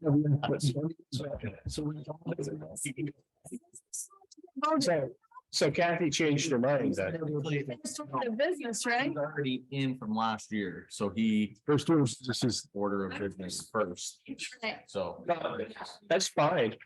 Everybody good with that? That's fine. He's sitting back with us. Then he can't speak as a selectman when he's up there. there you go. He can't speak as a selectman when he's up on the podium. That's right. Oh, you can't. Correct. That's not a medical position. Somehow this is roads, I don't know. Yes, John. Well, it was, earlier we were talking about configuring the room because Matt handles that. Excellent, good job, Mac, you started. And as Lance started to allude to, we're having another round with FEMA. They want some more paperwork Oh, from, boy. yeah, well, it's Repetitive. exactly, some signatures on some permits from the, It's all stuff that's been submitted Yeah. before, quite frankly. so I forwarded the email to Tyler, which I don't know why she doesn't send it to you, and I don't know why she doesn't send it to Tyler, but Tyler's on vacation this week, so, but we've got a month to do it, so. And I'm sure they're all paperwork that he has. They were from natural resources that needed to be signed, and he needed to sign it, and it got, and it's all done. It's just, yeah. I Somebody trust put it in the that wrong you guys file. are doing the work that needs to be done. It sounds like it's all stuff you've done already anyway. Pass the book to It's a Tyler. matter of, but Tyler Billingsley has all this on his computer, Yeah. PDF. So I form. send it to you, you send it to him, he sends it to them. Yeah, They had been sending it to Lance, myself, the town clerk, and Tyler. For some reason, this one did not go to Tyler. The last two have not gone to Tyler, which Tyler answered most of the questions in the last one. And I think he can do all the answers in this one, Excellent. which is just Just holding out a hoop for you to jump through. right. Okay. And if you Yep. can't jump through it, too bad for you. They get the money. well, just, They're just gonna. keep we're holding out. we're getting tired of jumping through the same hoops. Yeah, Well. They're gonna keep making you do it until Exactly. you screw up somewhere and they can recoup the money that. Bingo. Exactly. that's exactly what they're trying to do. All right. I don't have any other questions on roads if that's. No. Okay. Treasurer's position. Thank you, Mac. Yes, sir. Did you get that application, the resume? I did not. It wasn't in I only grabbed 2 folders. Apparently they were deeper. We might need to consolidate some of them folders up there since half of them are empty and have been for a while, Or had stuff from 2 years ago in it. right? Oh, your chair. Get rid of them folders. I don't think that's how that works. Should we take a vote on getting rid of the folders? No. I think we gotta go through them, but There's like 7 up there. They just got little stickies on them that say sign this and there's nothing in it. oh, Okay, so is this something you guys, the rest of you have to sign, or it goes to Kathy? Yes, it was asked for. So me and John have both signed that. So if you could sign underneath the sticky note. Yes, so now the new way that liquor licenses happen, the select board doesn't have to sign. Excellent. Really? What do we have to They do? just approve, Kathy has to. approve Stamp it? Kathy approves the liquor license? No, Kathy stamps it as a, No stamp, it's all on. oh, it's all line. It's clear. Okay. And so she was wondering if it even needed to go through the select board. I would hope it has to go through somebody. It goes through the state. The state Goes through the oversees state. us over, yeah. It's sent to the town clerk, and it gets, then the people up. yeah, but the select board's always had the opportunity to say, no, we really don't want that person selling alcohol in the Well, town of Bakersfield. Just Out of the like, basement. Can just like the deny it. marijuana things, just like the marijuana things, if you didn't get town, We already voted it down. yes, I know you voted it down. You voted down whether or not to make a decision. So now if the state comes in and says Bakersfield, you're perfectly liable to sell marijuana, we don't have a say. Because we voted not to have a say on that. This is new mail. That was one of the things I tried to explain, but I was, Looking for application. Sullivan Powers, that's gonna be included in the town report. It is included in the town report. Okay. Make sure you all get a town report. this is Um, for process of auditing. This Okay. was something about the planning commission. Somebody needs, I guess like, A what? kind of like endorsement letter or something. Read it. Uh, And then this is the only treasurer resume that we've received so far. Okay, we'll pass that. We'll let everybody read that. I'll read this, see what this says. And these are the ones. So while you're reading that, I want to go back to liquor licenses. Yeah, I think that this should still come in front of the board the way it always has. And then the board approves or denies it, and then Kathy can click accept or deny. Well, is it? I don't think she's accepting or denying. I think she's just printing off the statement that says, She's just letting you know there's a change in protocol. Right. That we don't have to sign for it. It's done via the web and there's a button she pushes that says approved. When I still think it should come in front of the board for did it review. really change? So, She's actually watching. You don't have to do it. so they no longer have to come before for their permits if they sell in town at all? Signatures. But I still think it should come in front of the board for review. And then we can say yes or no. We just don't have to sign it. Right, Can I ask a question? sure. When we're talking about liquor license, has somebody applied for a liquor license or is this just a general over anybody? so we have a couple entities in town that it's not, it's an application, but it's basically an application for renewal. So like the Jolly Store, the golf course. And the general used to have one here. And actually, Mark Yep, and Mark. has one, Through his because he catering. through his catering service. Those are the 3 or 4 that we've seen in years prior. So what they're asking, what these papers that you guys are discussing is whether or not you guys have a say on whether or not they get this, receive it, or just that the governmental part of the town won't be liable? What are we looking- In the past, Rosalie, the town has had to sign and give permission. It seems that the state is bypassing us now. They're obtaining their liquor license, Past the biggest cities in town, and so they have to get permission from the town to liability. be able to sell in Bakersfield. The state looked for local government approval before they granted the license. That it is a state license, but they have always asked for local government approval. It appears this year they're not. Well, the process, it's just that we don't have to sign it. If you cater, if you bring your Hey, catering I'm sorry. business I'm into so town, you have to get a permit from the town of Bakersfield to be able to cater in Bakersfield. If you're bringing your liquor license From outside the. from outside the town. I- So like if the dairy center had an event over on your property and you were gonna allow them to have a bar set up over there, Mhm. they would Yes. have to put in for a permit for that 1 day event. Yeah, they always have had to do that, though. Yes, yes. I think This is nothing new. It's just the fact that the state, it's now an online form rather than a paper hard copy form. And what John is saying is before Kathy hits the accept. accept button on the web portal, it should come in front of us. We say, yeah, sure, that's the same as it's always been. And then she hits the yes button. It's, Okay, well, I was just trying to find out, because like what Terry was saying, if I had, if I hired the Phoenix, to come over and be a bartender, does the town, how involved is the town? I guess I wanted to say. So that's what I was just trying to find out. They would just have to file for a permit through the state and the town for Like it, the. for like it the- always has been. Yeah, like it always has been. Yep. Okay, the only difference is now it's on an online portal instead of in a paper form. That's the only. thank you. Thank you. This Tammy that you brought to me.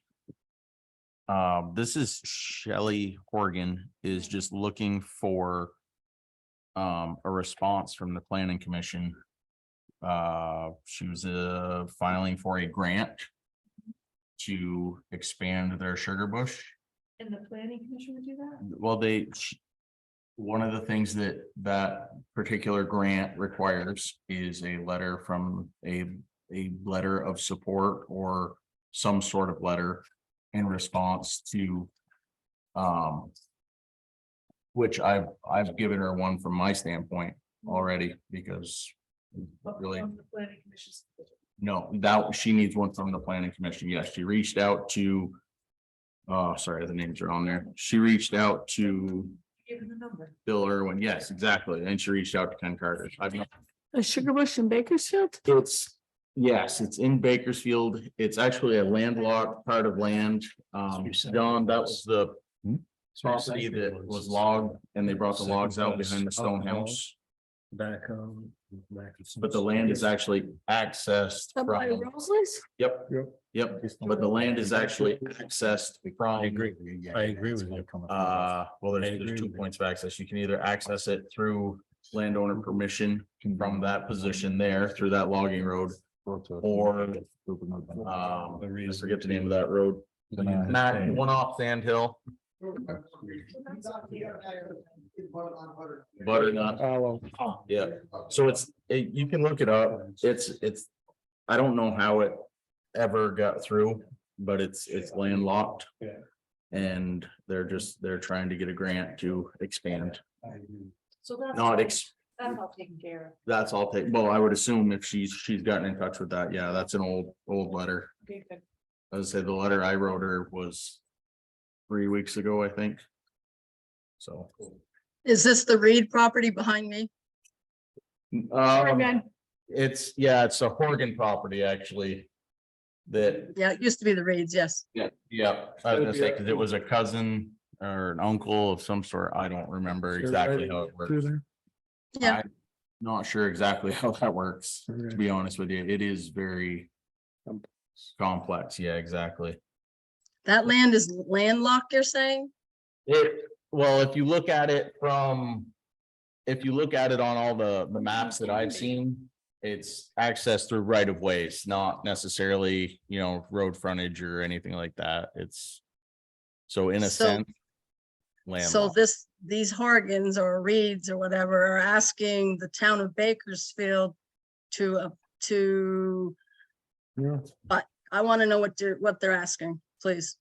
They were just asking for a letter stating what their property is and how it would affect us if they got a grant to put in pipeline. So the town as you as an official is supporting the request. Yeah, it's from the planning commission, but I don't think it's in support. It's just stating that The grant requires that we meet with members and ask for letters of recommendation for this expansion project. When you say pipeline, what do you mean by pipeline? Josh, Maple. received a letter of Okay. recommendation. Can you kindly send me a list of Okay. members who I can contact? Right. So we can meet and talk about the benefits of this project. That's a weird request. Yes, it is. Brenda, what is your oversight on this? What did we have? We just did something with somebody last year or 2 years ago with the town, was it the town forest? And he had a project up there that he got a grant for. Do right. you remember that? Details on that? I don't remember the details on it. No. Well, the thing that's weird with it is like, It's a planning commission issue, Rosalie, with all due respect, whatever providence they have over landlocked space. That's something that hopefully Mr. Irwin will address.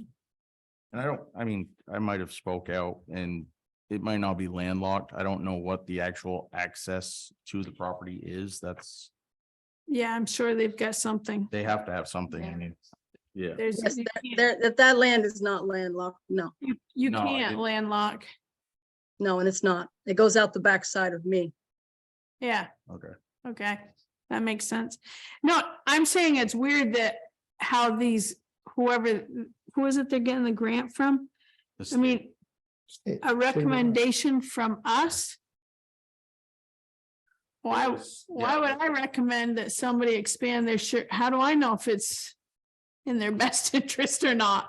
Right. Well, that was my question. I wanted to know why the select board in any shape or form is looking for this if the town doesn't benefit from it. It's a Well, personal, private property. It's not really in front of the select board. It was sent to the planning commission. So it's not really even at the select board. Check it, because their sugar house isn't here. Yeah.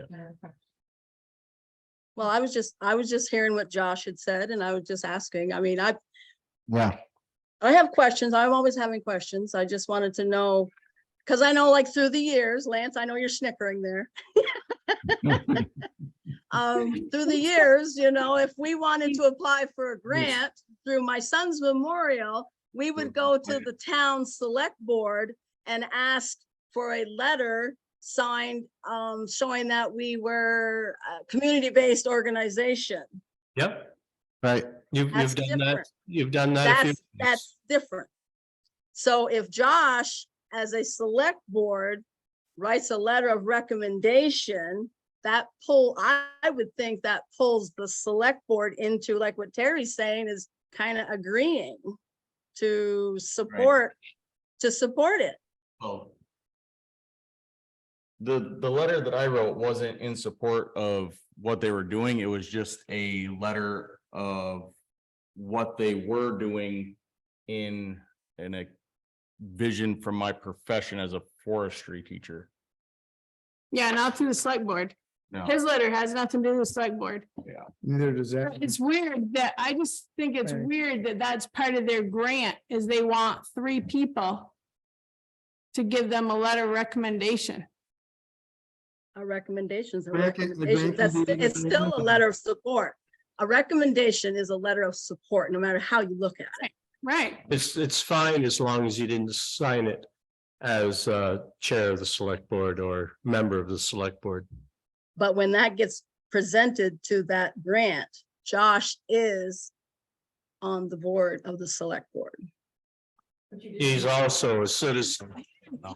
as select board, he did it as forestry teacher in Enosburg.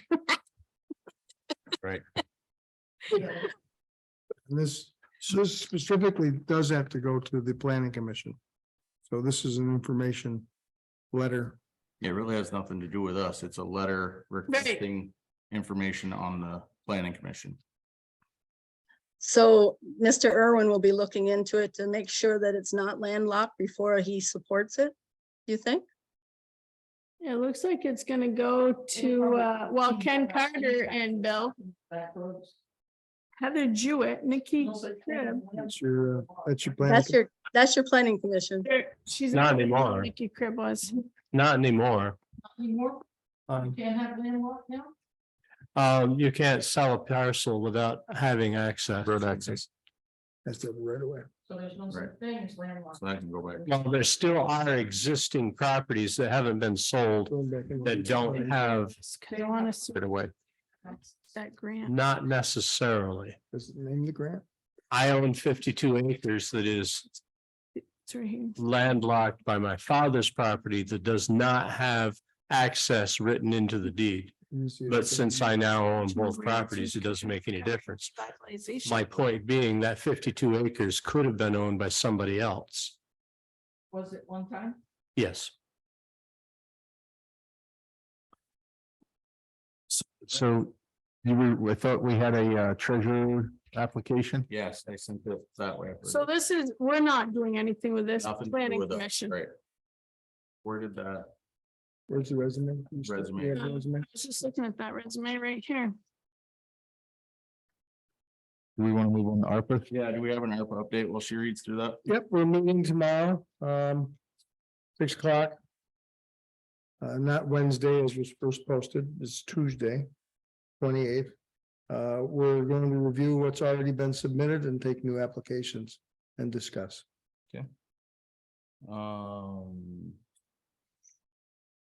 Grant writer proposal. Has anyone looked further into that? I did And- send a note to you all. That came from the Northwest Regional Planning. They have somebody who will assist in grant writing, but we have to bring them the grant that we're specifically going after. Part of what I think we're looking for is somebody who will do that work as well as forward the Already grant signed it. information. I think I copied everybody. Yes, I On did see that. that when I go through. Who's left to sign on that? Just Terry. So with all due respect to an earlier conversation that we had not in session, I think waiting till after town meeting to move forward with that would be prudent. Yep. And that information is filed somewhere where it's accessible no matter what happens after your town meeting. I'll make sure that it's available. I appreciate that. Thank you. Warrants and reports have been gone through, reviewed the mail. Oh, That's what we're in the process of doing. So Tammy, yes, as That's far as the impressive. liquor license goes. In front of us before the box is checked and submit is hit on the internet portal.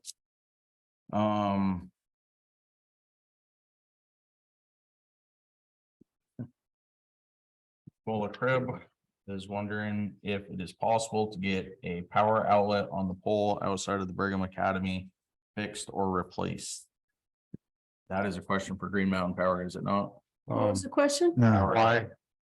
she says that they want to do things in the summer. Okay. Nikki brought it up last Monday, a week ago. She said that she believes that the power is still on, but the outlets are damaged. And this summer they want to do more of like the movies in the park kind of thing. that Um, would be nice. and she had asked if the power was still on there. And I said, I don't think so, but I'm not 100% sure. She's gonna have to get. It's not gonna be cheap. Okay. So So- she's gonna figure out where she's gonna pay for it, but. She will need to get an electrician in there. Right. That's gonna have to upgrade that service. So.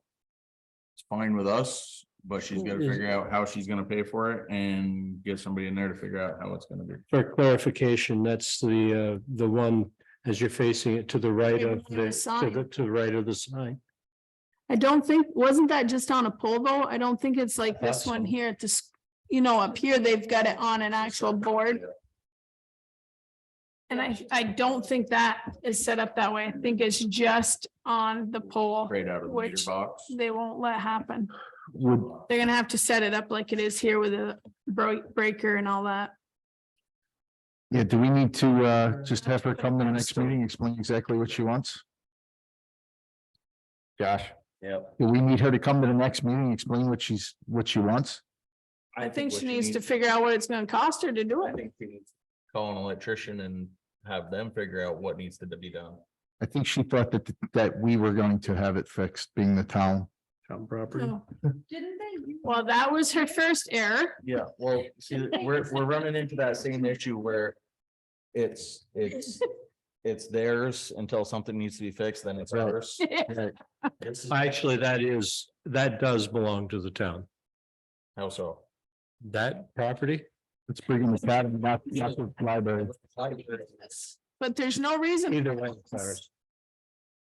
the property's ours, but there's no reason for us to reinstate that. No, I agree with that. There's an But extent. either way, whether you look at it at Brigham or the Brigham Library, it's town. So it's a request to the town to pay for.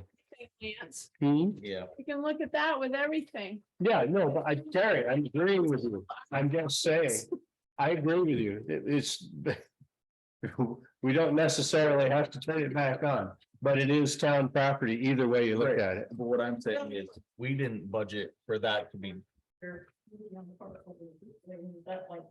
Well, so we. I was just gonna say, wouldn't it be, If we wanted it done, the library should have budgeted for it. Or- Could possibly pay for it. They seem to have a bunch of fucking funds. Excuse me. that we are not shutting You didn't off hear that. the electricity on the park, therefore bring the movie screen to the green up here.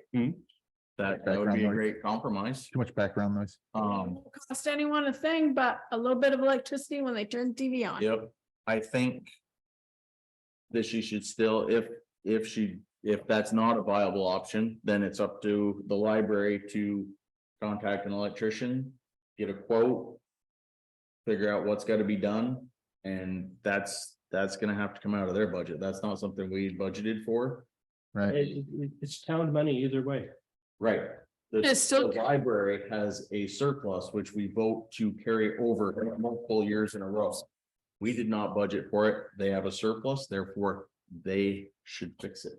Yep, So who's delivering the message? and it's still town money. It'll be in the minutes. Okay. There you go. Good enough. Go.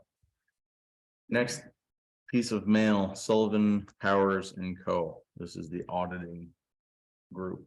You had a comment? I have a comment on that, No, I want to go back to the treasurer position. that audit Sorry. thing. Yep. So somebody approached me, they paid for the town reports.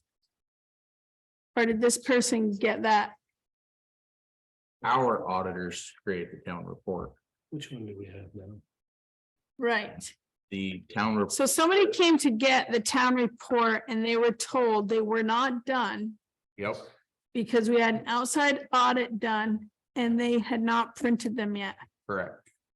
Because we didn't. Meaning the report or meaning, Hadn't been sent to us to be put into the report yet. okay, So we had Okay. to create like our internal auditors too.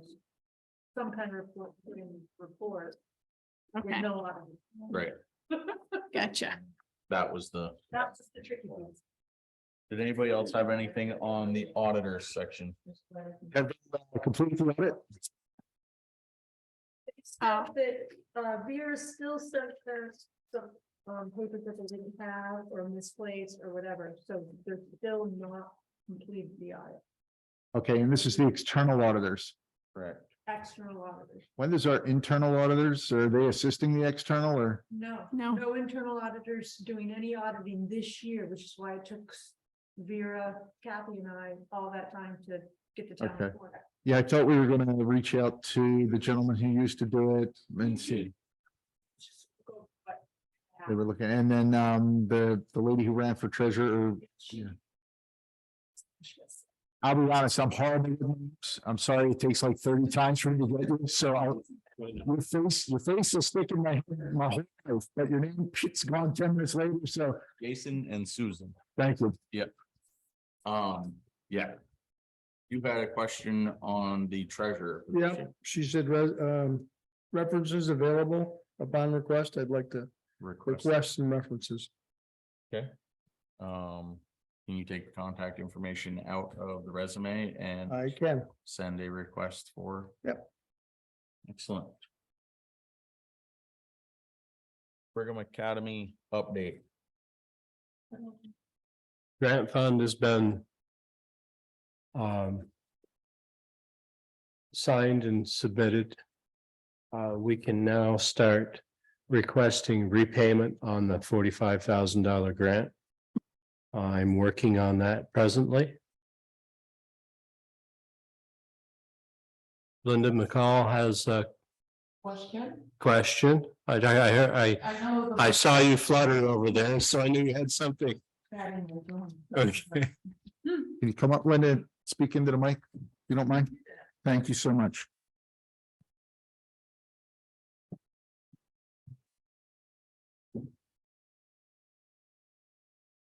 Okay, last meeting, you said that there was an anonymous person or group interested in it. Yes, Okay, has the number of residential units changed no, from the original? Are not they to my knowledge. So the number is In the low 20s. low twenties, so it's gone from 26 to low twenties? No, it was, I don't recall it ever being 26, Linda. It was at one point, Paul Dreyer had it at 22, I think, something like that. Okay, It went from 10 more units, I think 32 with, That was the initial number when they were doing. yeah, three level, right? I'm trying to remember her name, the gal from Canada, Yeah. Heidi, Eichenberg, yes. It went from 32, which with the restrictions from the Preservation Trust is not feasible.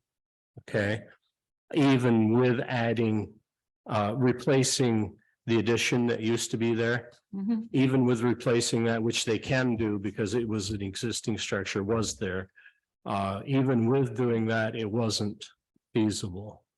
or realistic. Yeah. The Preservation Trust is insisting that we keep both the great room downstairs, which to us was the common area, the study hall, Right, as well as the auditorium upstairs and both stairways. You can't do that and have enough units to make it financially feasible. You have to have enough return to maintain the building right. and make a profit for whoever's running it. So right now, there is an interested party. It will be a substantial financial commitment, as you're well aware. We're thinking just throwing the ball out there and watching it bounce around somewhere around 6 million. Okay, Mhm. next question. Why did they want to reserve the auditorium area? Do you know? There will be arguments. Okay, This is what they want. What they get if they want to preserve the building could be substantially different. okay, They are insistent, and it is a firm line that the exterior of the building remain the same and be maintained as it used to be, which includes rebuilding the clock face. very good. Okay. But however, and I know this is one of your sticking points, if we can't save the building, spending money on doing the clock face is a moot point. Our primary objective right now is to save the building first, Understood? stabilize it, stop it from being a safety hazard, Mm-hmm. which it is becoming, if not already there. If we don't do something this time, Linda, I'm afraid we've lost it. I think so, because as I understand it, this is the most money that's been out there, you know, for a generation. Yeah. For grant money and that type of money Yeah. to increase And housing. the interested parties are going after grant money. Yes, That is part of, they're counting on grant money mhm, to fund this project, not entirely. That's not feasible, right. but they're counting on grant money to support the project. At the party's request, I am not giving out names. No problem. Glad somebody's interested. Me too. Quite honestly, me too. Okay. Anything else I can help you with? Not today. I will answer any questions you have to the best of my knowledge, Okay. but I'm not freely giving out information at this point. Not If I can answer your question, I will. If I can't, I will be honest and say, not right now. That's all I need to know, and I appreciate the work you're putting into it. Thank you. Okay. Thank you. Thank you. The other topics have been covered. Is there any others on board business? I make a motion. Wait, what's this? What are we doing with this here? Oh, yep, sorry. Yep, I got put on that. Almost. Nope, you're right. Everybody in front of you has a letter. Oh, yes. Oh, I'm not gonna say the last name because I'm gonna. It's Randy Matthew. Matthew. Okay. If you wouldn't mind taking a quick minute and. Linda, you have a good evening. Thanks for coming. Bye. This Smith Road, Yeah, is this Larry Lawyers? By Larry? Yes. That's Smith Road, right? Yes, Larry Lawyer's direct neighbor. property that's talked about here is one that we have dealt with a couple times already. So what leg do we have to stand on with any of it? I mean, a lot of it we don't have. I mean, animals, that's a neighbor issue, not a town issue. Well, we don't have any statutes on. We don't have any current statutes on Farm animals. farm animals. No, I know.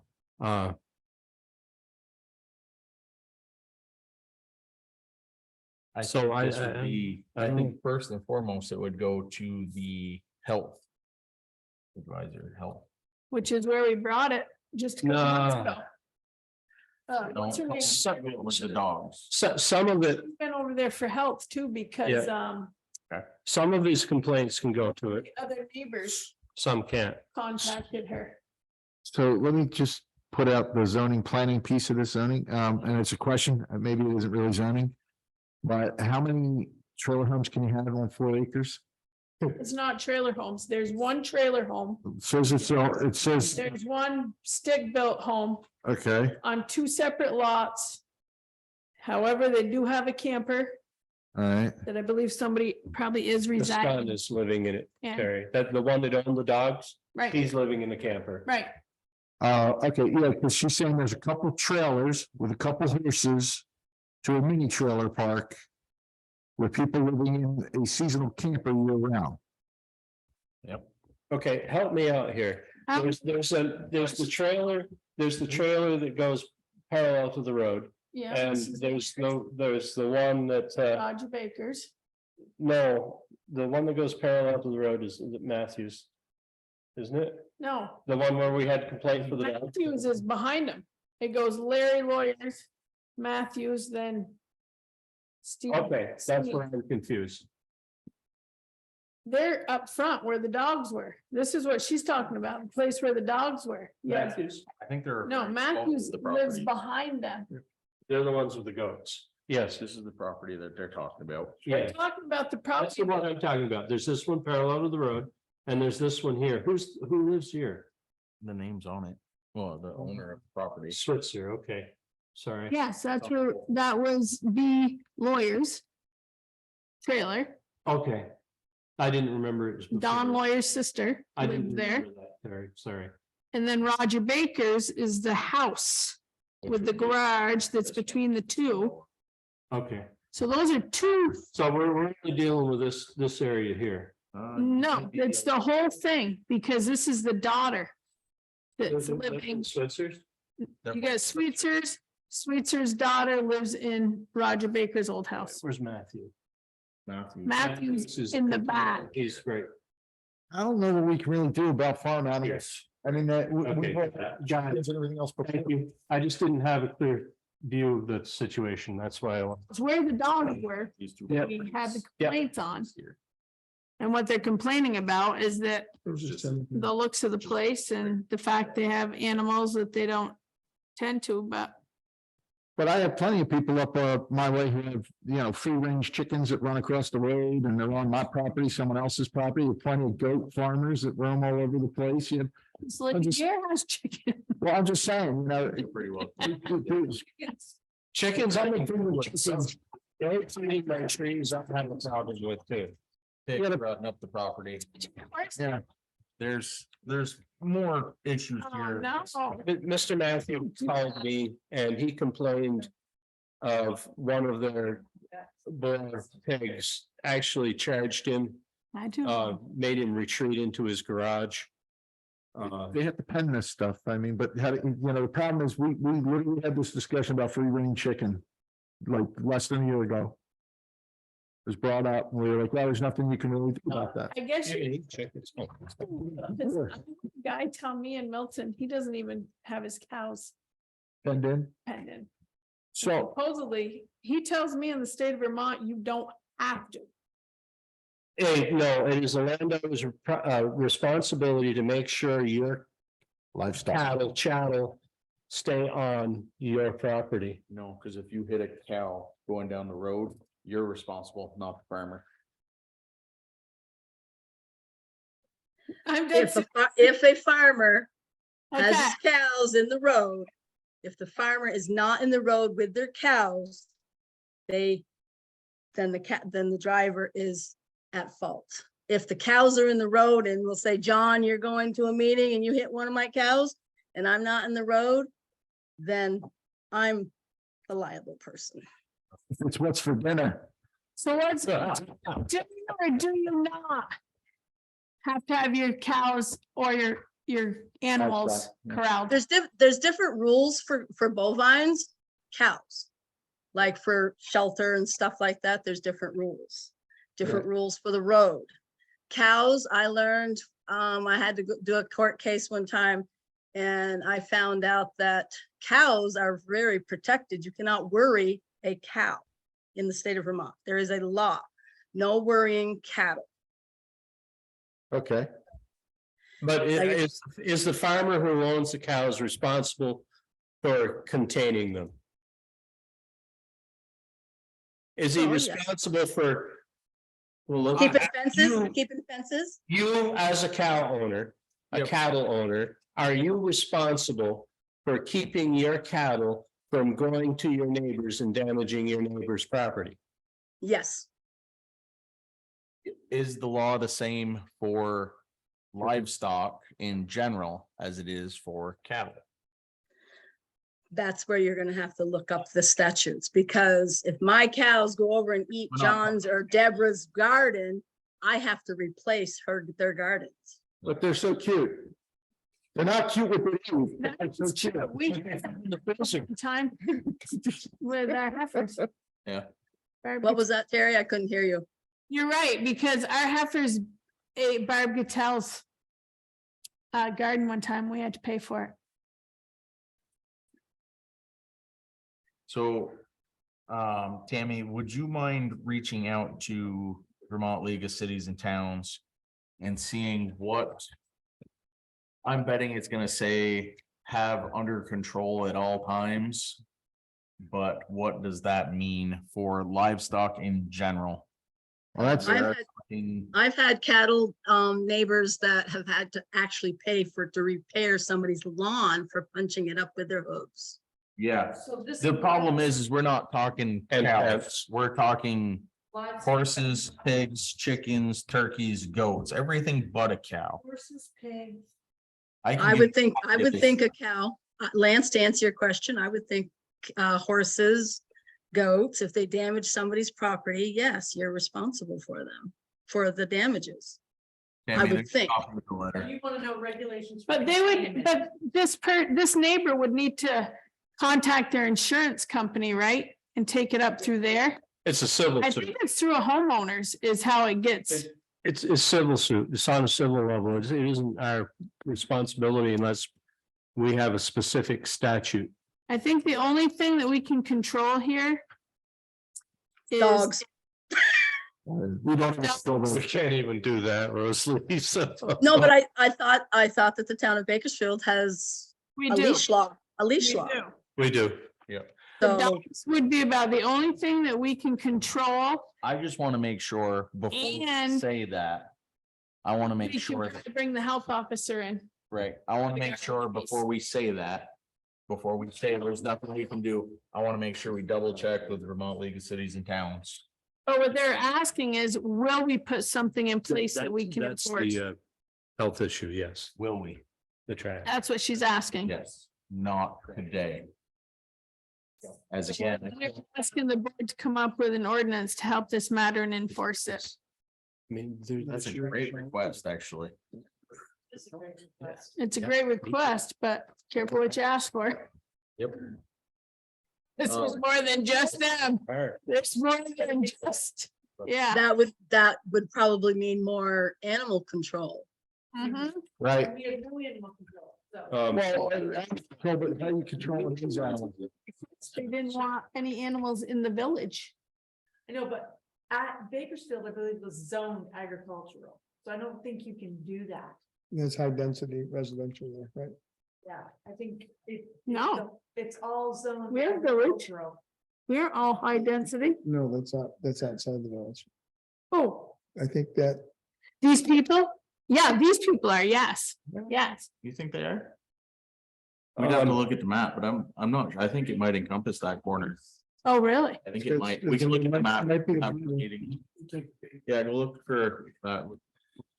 It's a very narrow strip. People in the village that have animals. I have chickens at my house, but guess what? They don't leave my house. No, I know, but that's what I'm saying. Well, I mean, You don't want You'd be more, ordinance. you would be more extended village. You would be extended village, not high density. well, I mean, I'm literally right behind the houses here on Main Street. I mean, I'm no more than 100 yards from the I main. think he's village. I might be. But is it that the 500, isn't that think- 500 foot, road, setback in yard? Yeah, it might be. I'm not sure what the actual maps. High density, Rosalie, I think starts with your Yeah. old house Hang on, or right in that hang area. on. Those trailers are actually in the village, designated village area. Yeah. I thought they might. be. Yeah, Yep. The first lot's back yeah. to the west. That's quarter acre zoning. So you could do it. Zoning doesn't really matter. We're just trying to figure out like what the, They could actually. yeah. Okay, that's, I mean, again, This is question. Billy, So the line is the line between Matthews and Switzer's and that was it, Switzer's. Both. both of them are Yeah. Switzer's, okay. Matthews is outside of the village designated village area and Switzer's is inside. All right. So it could actually be what, yeah, is there any? I guarantee there's not because of the way Bakersfield is set up, but is there any statutes on what animals can live within No. village limits? Nope. There's not, It's- no, because, It would be considered livestock. right. But, That's a total different, I yeah, don't want to say entity, but it's a, it's different than just Yeah. having a goat in your backyard. yeah, Right. absolutely, but I can almost guarantee there's nothing because my grandfather used to tell me stories of sitting out on the back. Yeah, yeah, exactly. The farm right here at the intersection here. Grace Reed's. And Yep. yeah, I mean, every Fun. house on Main Street used to have a cow out back for their milk, so. How long? I had 17 geese, 2 pigs. And 40 some odd chickens next to the jolly. Yep. Yeah. I think I can remember them geese. Anyone know how long ago Matthew has been? What were they called? Guinea How hens. long ago was it that Randy Matthew and Amy was there? I thought it said in there, but.